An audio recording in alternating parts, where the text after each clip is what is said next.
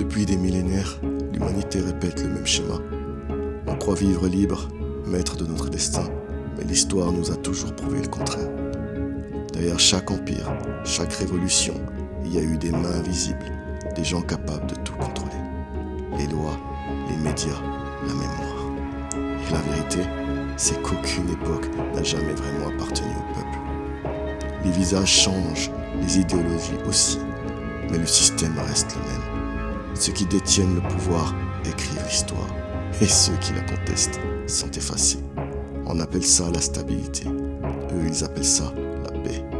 Pourtant, à chaque siècle, il y a toujours eu des hommes et des femmes qui ont refusé de se taire. Des révolutionnaires qu'on a traités de fous, de traîtres, de complotistes. Mais ce sont eux, toujours eux, qui ont arraché les vérités qu'on voulait leur cacher. Et c'est là que One Piece devient bien plus qu'un simple manga. Parce que dans ce monde imaginaire, Oda raconte exactement la même chose.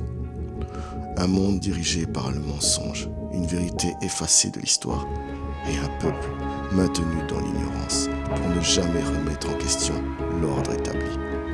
Quand un peuple découvre la vérité, il devient dangereux. Alors on efface les archives, on détruit les chercheurs, on invente de nouveaux héros et on appelle ça la justice. Au sommet de ce système, il existe un trône que personne n'a le droit d'occuper. Et pourtant, quelqu'un y est assis. Un être dont le nom ne doit jamais être prononcé. Un Dieu silencieux, entouré de 5 ombres. 5 hommes anciens comme le monde lui-même. Présents à chaque époque, dans chaque guerre, derrière chaque décision.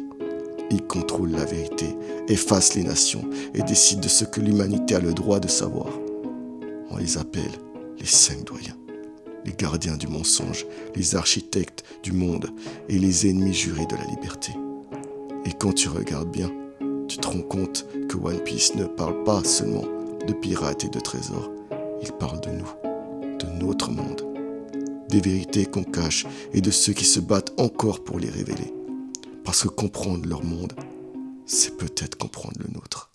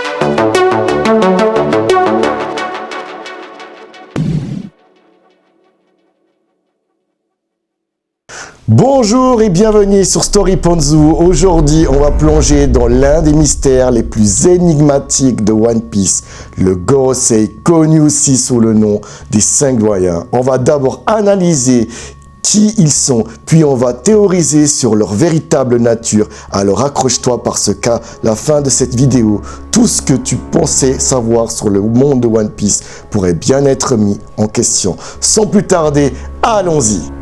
Officiellement, les 5 doyens ou Gorosei sont les sages du gouvernement mondial, des hommes chargés de maintenir l'équilibre, de préserver la paix et de guider le monde vers la stabilité.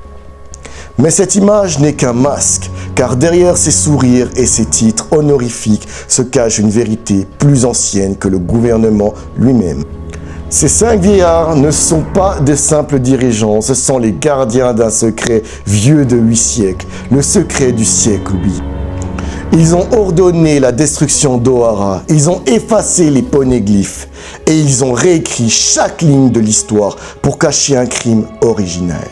Dans le monde de One Piece, il existe un trône qu'aucun roi ne doit occuper, symbole d'égalité, d'équilibre, de paix.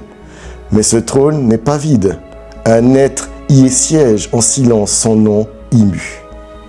Les 5 doyens s'inclinent devant lui. Leur obéissance est totale et dans ce geste, Oda nous montre quelque chose de fondamental.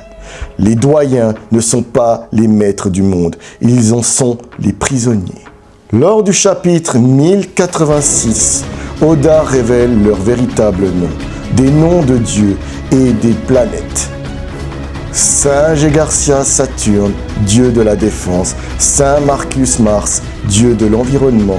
Saint Topman Mercury, dieu de la justice. Saint Anton Baron Enzujuru, dieu de la finance. Saint Shepard Jupiter, dieu de l'agriculture. 5 planètes visibles depuis la Terre. 5 astres qui gravitent autour d'un centre, un système solaire miniature. Et si ce centre, ce soleil, avait autrefois été Joy Boy lui-même? Joy Boy, le soleil, les doyens, les planètes qui tournent autour de lui. C'est le symbole parfait du monde d'avant, un monde d'équilibre, de lumière et d'unité. Les armes antiques, les royaumes alliés, Poséidon, Pluton, Uranus, toutes obéissaient à un ordre céleste, un équilibre cosmique que le gouvernement mondial a brisé. Mais tout a basculé. Il y a quelque chose ou quelqu'un a trahi cet équilibre et Joy Boy a disparu. Son message, ses promesses, son héritage ont été effacés et les 5 doyens, eux, ont survécu. Mais pourquoi? Peut-être parce qu'ils ont été forcés de survivre, forcés par Imu, liés à lui par un pacte ancien ou par une malédiction. Le fruit du bistouri, l'OP Nomi, peut offrir l'immortalité, un pouvoir interdit, un sacrifice de vie pour une vie éternelle. Et si 800 ans plus tôt, ce fruit avait été utilisé pour sceller ce pacte, pour rendre Imu immortel et condamner les doyens à le servir jusqu'à la fin des temps. Alors du coup, leur immortalité serait alors une prison, pas une bénédiction, mais une malédiction où ils ne vieillissent pas, ne meurent pas, et sont forcés d'obéir à l'ombre du trône.